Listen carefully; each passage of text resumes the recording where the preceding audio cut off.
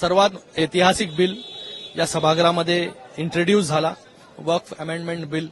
गेले अनेक वर्ष याच्यामध्ये संशोधन झालं नव्हतं. आज 40 संशोधनं याच्यामध्ये झाली आणि हा बिल सभागृहाच्या पटलावरती आला.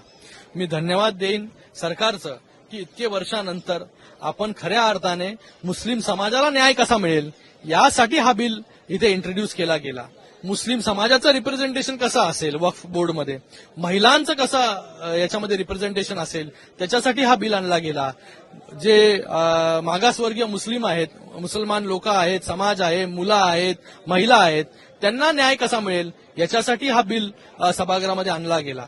या बिलानंतर जे वक्फमध्ये काही ट्रस्टीज जे मोजके आहेत स्वतःच्या स्वार्थासाठी फायद्यासाठी वक्फ कायद्याचा उलटा सुलटा फायदा घेत होते, आज त्यांच्यावरती आळा बसणार आहे. कुठलीही ट्रस्ट असली तर त्याच्यावरती चॅरिटी कमिशनर देखरेख करतो, कोर्ट देखरेख करतो. पण वक्फमध्ये असा कायदा होता की तुम्ही कोणाकडे जाऊच शकत नाही.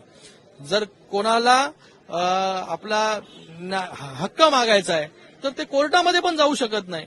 ज्या हिंदुस्थानामध्ये हा पूर्ण हिंदुस्थान भारत एका कायद्यावरती चालतो, त्या देशामध्ये 2-2 कायदे आणण्याचं काम काँग्रेस सरकारने केलं होतं.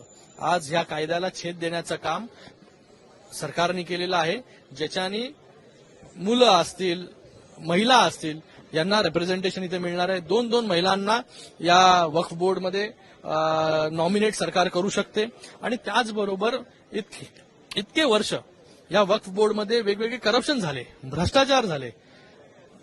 यूपी असेल, दिल्ली असेल, दिल्लीमध्ये तर आपचा एक आमदार या वक्फ बोर्डच्या याच्यावरती चेअरमॅन होता, तो जेलमध्ये गेला भ्रष्टाचार केल्यामुळे. त्याचबरोबर वेस्ट बेंगालमध्ये तृणमूल काँग्रेसचं सरकार आणि इकडे काँग्रेसचं सरकार होतं केंद्रामध्ये, तेव्हा 1000 कोटीचा भ्रष्टाचार झाला म्हणून त्यांनी सीबीआय इन्क्वायरी लावली होती.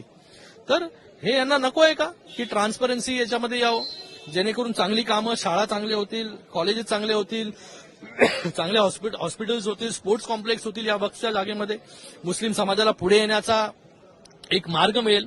पण मुस्लिम समाजाकडे नेहमी फक्त आणि फक्त वोट बँकच्या राजकारणाच्या पलीकडे यांनी पाहिलं नाही. फक्त आणि फक्त त्यांना मुस्लिम समाजाचा वोट पाहिजे म्हणून इथे विरोध करण्याचं काम ऑपोजिशनकडून होतंय. तर मला त्यांना सांगणं आहे की या बिलचं आपण समर्थन करा. या बिलमध्ये प्रत्येक मुस्लिम वर्गाला जो आजपर्यंत मागासवर्गीय राहिलेला आहे त्याला न्याय देण्याचं काम, न्याय देण्याचं प्रावधान जे आहे ते ह्या बिल्लामध्ये आहे.